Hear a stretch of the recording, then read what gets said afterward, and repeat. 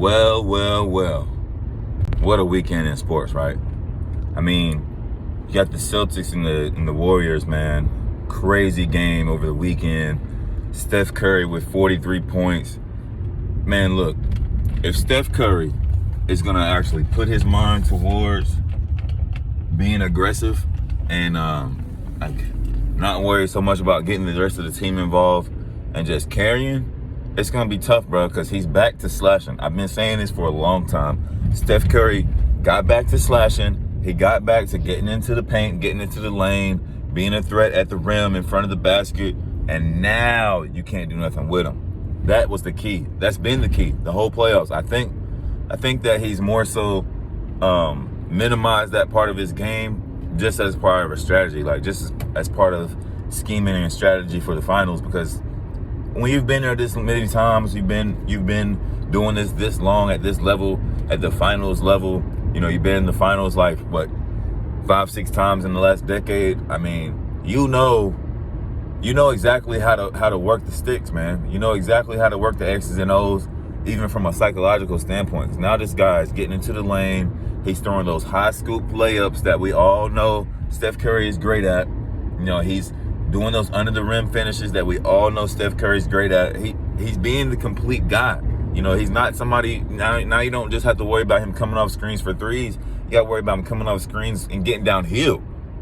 And, you know, that's the problem for the Celtics, because that's literally the only way that the Warriors and Steph Curry can approach this defense, this Celtics defense, because they're so young, they're so big, they're so athletic, they're strong, they're actually smart, you know, so you have to have some kind of other way to approach that, to attack that defense. And Steph Curry being a slasher is perfect. Now, I did notice this, man. I got my fit right. Draymond Green is done, bro.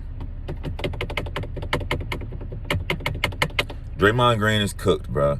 And you know what? It's crazy because I remember when he used to get those 12, 9, and 7, you know, 12, 11, and 10. Everybody be like, oh, yeah, baby, triple-double, or, you know, single-triple, or triple-single, rather. And now it's like, damn, that dude can't even do that. You know, he's ending games with more fouls than points. You know what I mean? It's crazy to see. But it's also not crazy to see because I said a long time ago, the first one out the bunch to decline is going to be Draymond Green, and it's not going to look good. I've been saying that for a long, long time. When Draymond Green declines, it's not going to look good. It's not going to look good. Physically, when he declines physically, I think he's still there as far as IQ for the game and being able to, you know, see the game from a wide scope. But physically, I don't think his body's doing what he's asking it to do. And that's got to be one of the most annoying, one of the hardest things for an athlete to deal with, is when you're asking your body to do what you're accustomed to it doing, and it just can't do it at that same level. That's tough, man. And it's enough to drive a nigga. It's enough to drive you up the wall, you know what I mean? And that's what you see with Draymond Green. He wants to prove that to these young dudes that, you know, I'm still here, I'm still Draymond, or look how I used to do it. You know, I'm still doing it, and his body is not with the program. So it's a tough situation because, you know, you just want to see everybody at their best. You know what I mean? You don't want to see people at their best in the first round, second round, play-in tournament, end of the season. No, you want to see people at their best when it's time to go up against the best. And that's the hardest thing to watch with this Draymond Green shit, because now he's resorting to antics and just being a nuisance, not just to the other team, but to the refs and to the fans and to the sport. I mean, yes, the fans are always going to like drama or a heightened sense of drama. They're always going to enjoy it. But to some extent, like the basketball purists are like, bro, you're going a little over the edge now. Like, nobody had more antics than Dennis Rodman. And, like, you're beyond that at this point, because you're not producing at the level of Dennis Rodman produced at to still be acting like this, bro. You're not in your 20s anymore. Now we see an old man out there who can't keep up with the young guys, and he's got antics. You know what I mean? This is a recipe for him being traded.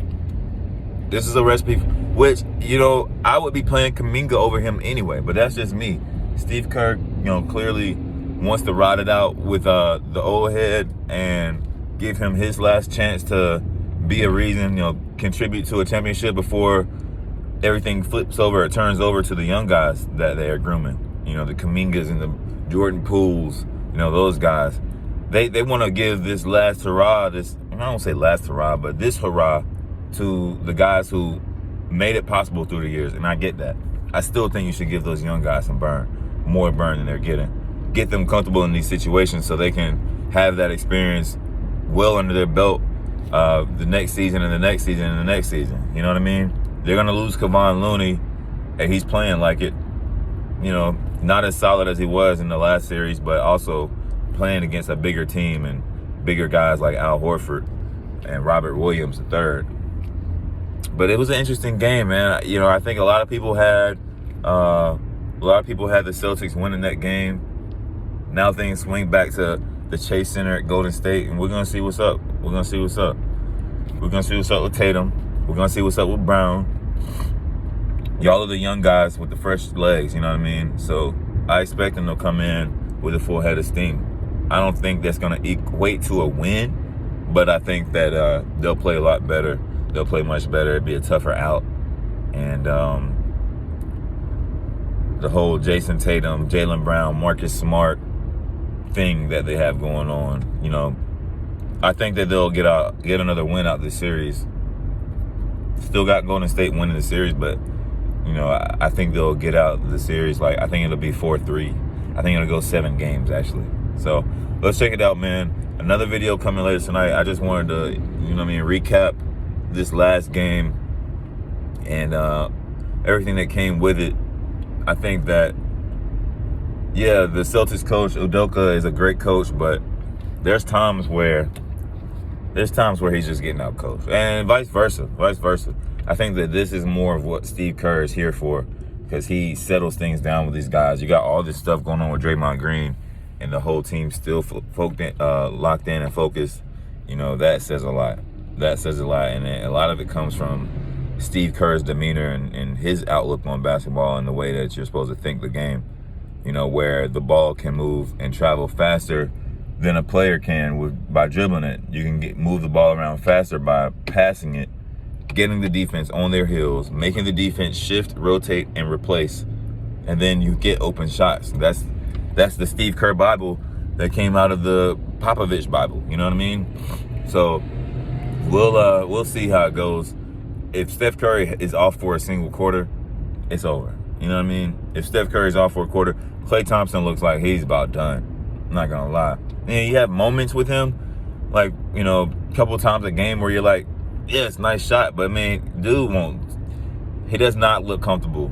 He looks scared to test that leg, rightfully so, but, you know, it's definitely hampering his explosiveness and just his confidence on the court. You can tell when a guy's not moving around confident on the court, man, physically. And that's what's going on with Klay. You know, if he gets hot, he gets hot, but overall, he looks like he's kind of like scared to push it, man. And like I said, rightfully so. You know, your injury experiences come during the finals, during the playoffs. This is a scary time. This is a psychological hump that Klay has to get through. And they'll be dangerous next season if he can get through this. But I'm going to say big game for Klay, man. He should be locked in by now. He should be able to tap into that old Klay. They used to run more off the ball action for him. And, you know, now I see him standing around a lot more. It's weird to see. Because how do you get 30 points in a quarter standing still? You know, he was moving a lot off ball in that game when he did that. So let's check it out, y'all. Tune in tonight. We'll probably go live. We might go live with it and, you know, see who pops up. But your boy, I'm about to get out this car. I'm gonna holler at y'all. Peace.